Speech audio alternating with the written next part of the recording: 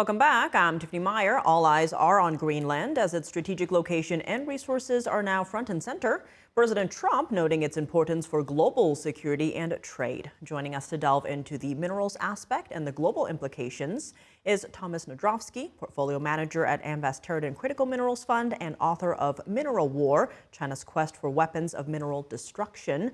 Tomasz, thank you so much for joining us. Great to have you. Thank you for having me, Tiffany. Now, Greenland is dominating headlines right now. There's, of course, the strategic location importance aspect, but also the resources are kind of coming up into the headlines, namely rare earth minerals. Talk to us about that. How important is it as a resource-based location?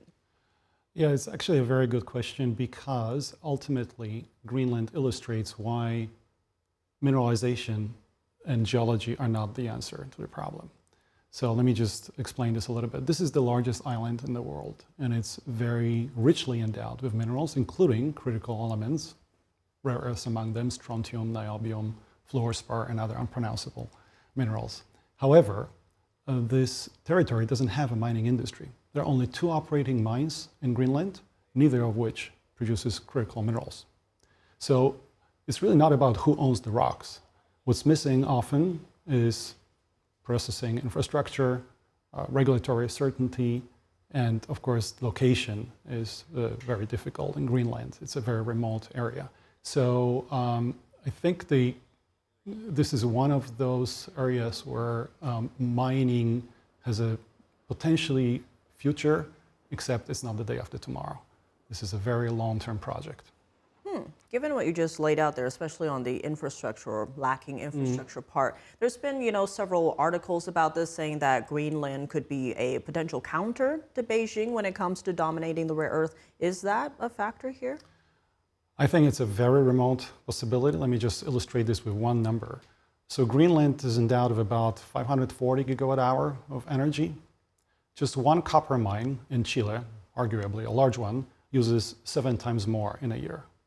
So it's very unlikely that Greenland becomes an industrial hub anytime soon. Interesting. I want to dig into this, especially the power dynamics, because you have a new book out titled Mineral War, China's Quest for Weapons of Mineral Destruction. You have a unique perspective on this. You've long been in this industry yourself. Talk to us about that. Give us a sense of what we can expect in your book. So the title is Mineral War. I just wanted to illustrate the intensity of the conflict. It is a conflict, really, between 2 different systems. One system uses or treats critical minerals as strategic assets of a very long-term vision, and there's a Chinese system. Ours, on the other hand, relies on the market and hopes the market to be self-correcting. And so there is an opposition between the two approaches. About 200 years ago, Karl von Clausewitz observed that a war starts not with the original aggression, but only at the moment when the aggrieved party reacts to this and starts defending itself. And there is no doubt that the West is currently defending itself against the monopolization of this market by China. So that's why we can speak of a real conflict taking place. And we are in our fund, Amvest Terraden, we're trying to exploit this investment opportunity because, of course, we are in front of a multi-year opportunity to redevelop those value chains in America and other partners and allies around the world.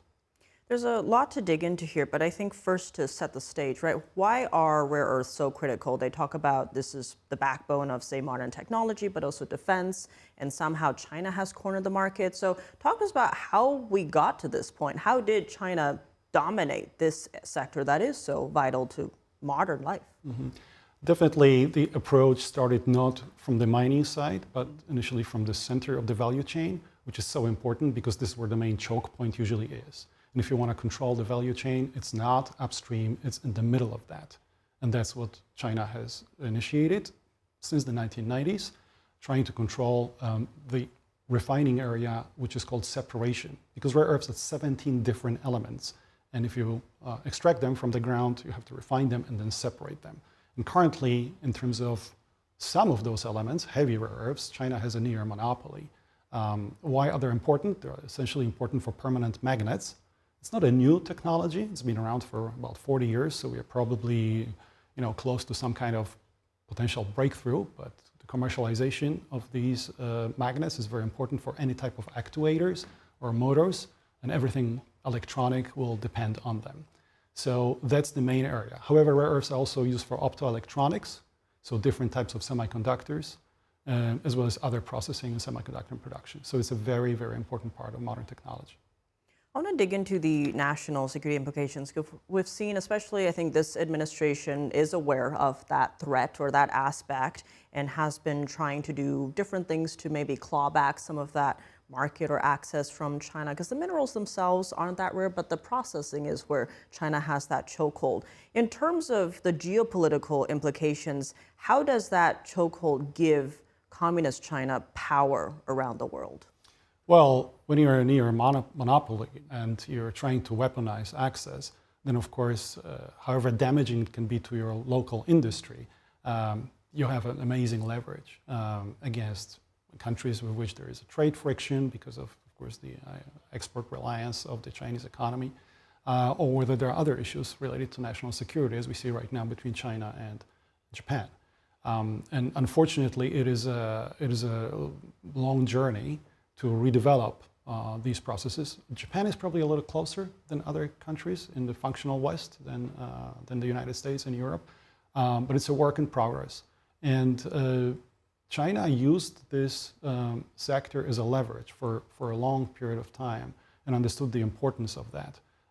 I think we in the West, and especially the capital market, failed to see that opportunity that the scarcity represents for investors. And I think it's time to unwind that. Talk to us about the infrastructure needed here, because you do see President Trump floating the idea of, say, maybe having some refining areas on Pentagon property or lands, right? How long would it take to set up something like this? Because it does seem China has lax regulatory environmental regulations, part of why maybe they cornered the market. What would it take to develop something to counter that in the West? So let's face it, part of the vulnerability that we're experiencing right now is our own fault in the West.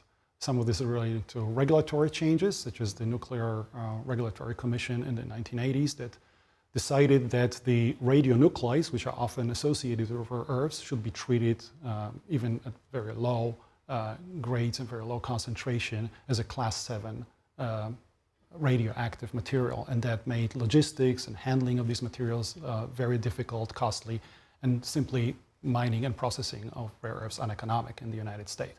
So we have to look at that. We have to look at the regulatory framework. Europe also is advancing towards processing, and France and Poland, UK, and other places, but doesn't have yet legislation dealing with what to do with the radioactive waste, which is generated as some of the byproducts of a production.